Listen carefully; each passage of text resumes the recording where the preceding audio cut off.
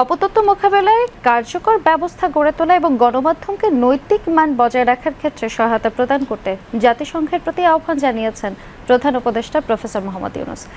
আজ রাষ্ট্রীয় অতিথি ভবন যমুনায় ইউনেস্কোর বাংলাদেশ প্রতিনিধি সুসান ভাইস ও ইউনেস্কোর মত প্রকাশের স্বাধীনতা ও সাংবাদিকদের নিরাপত্তা বিভাগের জ্যেষ্ঠ প্রকল্প কর্মকর্তা মেহেদী বেনচেলা প্রধান উপদেষ্টার সঙ্গে সৌজন্য সাক্ষাৎ করতে এলে তিনি আহ্বান জানান।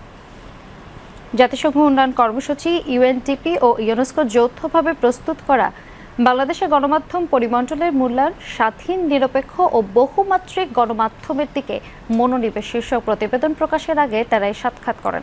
প্রধান উপদেষ্টা বলেন, এই প্রতিবেদনের জন্য সত্যি অপেক্ষা করছি। তিনি বলেন, আমাদের প্রধান সমস্যা হলো অপতথ্য, ভুয়া সংবাদ। আর এসব অপতথ্যের কিছু ছড়ায় বিদেশ থেকে থাকা লোকজন, আর কিছু ক্ষেত্রে স্থানীয়রা এতে জড়িত। ধারাবাহিকভাবে এই হামলা হচ্ছে। প্রধান উপদেষ্টা বলেন, শুধু ডিজিটাল মাধ্যমে নয়, নিয়মিত প্রচারিত গণমাধ্যমও অনেক সময় ভুয়া তথ্যের উৎস হয়ে ওঠে।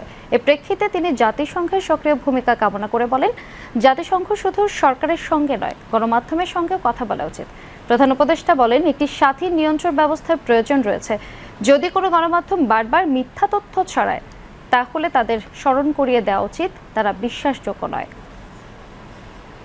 ইউনেস্কো প্রতিনিধি সুসান ভাইস বলেন, বৃহস্পতিবার প্রকাশিত প্রতিবেদনটিতে আত্মনিয়ন্ত্রণের বিষয়টিও তুলে ধরা হয়েছে। তিনি বলেন, প্রতিবেদনটিতে আন্তর্জাতিক মান অনুসরণের ক্ষেত্রে গুরুত্বপূর্ণ সুপারিশ থাকবে।